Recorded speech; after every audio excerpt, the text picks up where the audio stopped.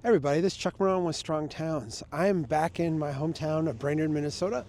I'm actually standing on the edge of the downtown. I want to talk a little bit about housing today.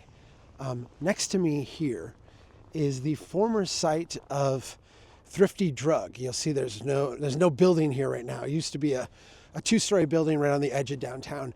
It is gone, and it is gone because we are getting a big major housing project. This is kind of our first of that 5/1 style, that great financial product that has swept the nation. We are getting ours here now, finally, after people have been trying for such a long time. There's a lot of joy over this. We're getting housing close to downtown. A lot of people pushed for it. We need housing, right? This is going to boost the downtown. Everything is good, right? Chuck, this is going in the right direction. I've been very critical of this project, and I want to walk you through why. We did a housing study a few years ago, before COVID, before everything got harder, right, in terms of housing. And that housing study said we needed 3,500 more housing units in our county, in our area, that would be workforce affordable housing. That's how many short we are. I suspect that number has grown a lot, but let's just go with it, 3,500 units. This new building that's going here is going to create, and I wrote this down so I got it right, 78 units. Now, okay, great, Chuck, you're not going to build 3,500 units at one time. Strong Towns doesn't advocate for building 3,500 units at one time. So 78 units sounds really great, right? Of those 78 units, 16 of those are going to be affordable, so below median household income. 31 of those will be priced at 20% above median household income, so affordable-ish, like quasi-affordable, and the rest are going to be market rate. Again, this sounds really good, Chuck. You're getting new units in, you're cutting into that 3,500 number, you're moving ahead. Like, what's the problem?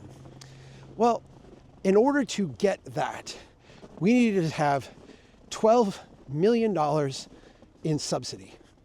We got a state grant. The city is giving, let me see, I wrote this down. I didn't write down how much. And I think it's like 1.2 million. Lots of tax increment financing subsidy.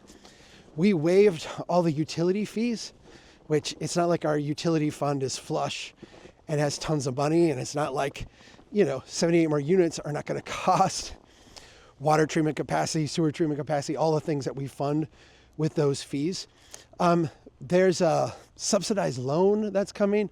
One of the local grant organizations put in money. There's all this money, $12 million put in. That is $155,000 per unit subsidy for, what ends up to be 78 units, 16 of them affordable. Here's the point. We can't repeat this trick. We need 3,500 units. This thing doesn't scale.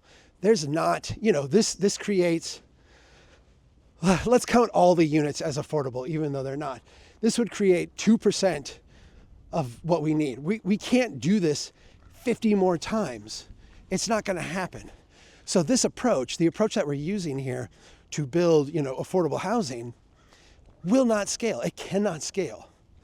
And this is kind of the fundamental problem with housing policy today. Remember, we are in a housing trap. The housing trap means that we need housing for shelter, but we also need housing to be an investment, and investments can't go down in price.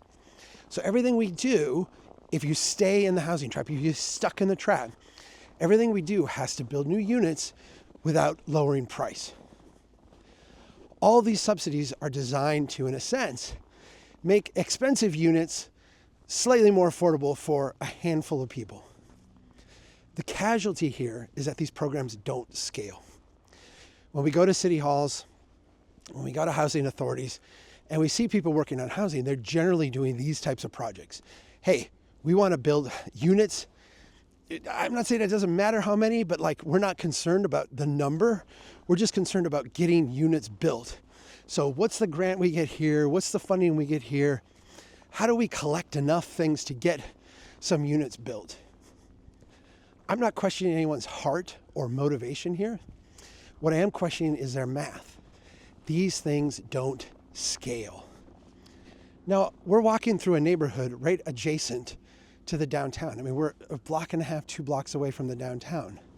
It's full of little single-family starter homes. This neighborhood kind of struggles, right?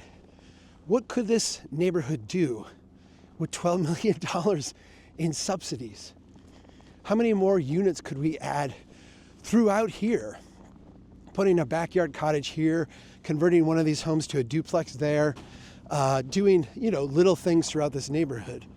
Not only could we do that at scale for far, far less cost, right? Like for $12 million, we can utterly transform this entire neighborhood, adding hundreds, maybe even thousands of units throughout this neighborhood.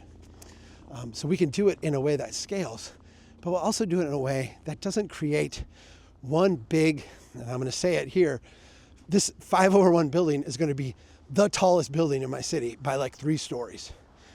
Except the other big housing project we did back in the 70s that I can see in front of me like half a mile away. This is going to be the biggest building in downtown. No one's quite aware of this yet, how this is going to look very out of place, seem very out of place. My sense is that this will kind of dampen enthusiasm for the next project. Maybe it shouldn't. Maybe, my neighbors are all backward people and they should embrace this kind of big radical reform. Whether that is true or not, the truth still holds. This will never scale. Financially, it will never scale. And if it won't scale financially, it's not a viable approach. To break out of the housing trap, we got to start talking about bottom-up, incremental, small buildings, because $155,000 a unit. Oh, by the way, I didn't say this. The median family home in my town is $210,000. So if you're watching this and you're from San Francisco, where the median home price is $100,000, I'm sorry, $1 million, imagine $800,000 of subsidy per unit. These are insane dollar amounts when compared to the local market. This just doesn't work. To break out of the housing trap, we can't build one-off big projects. Our HRAs, our city halls, we got to get away from doing that. We got to start looking at things at scale, and things at scale are bottom up, thickening up and maturing of every neighborhood in the country. That's a Strong Towns approach.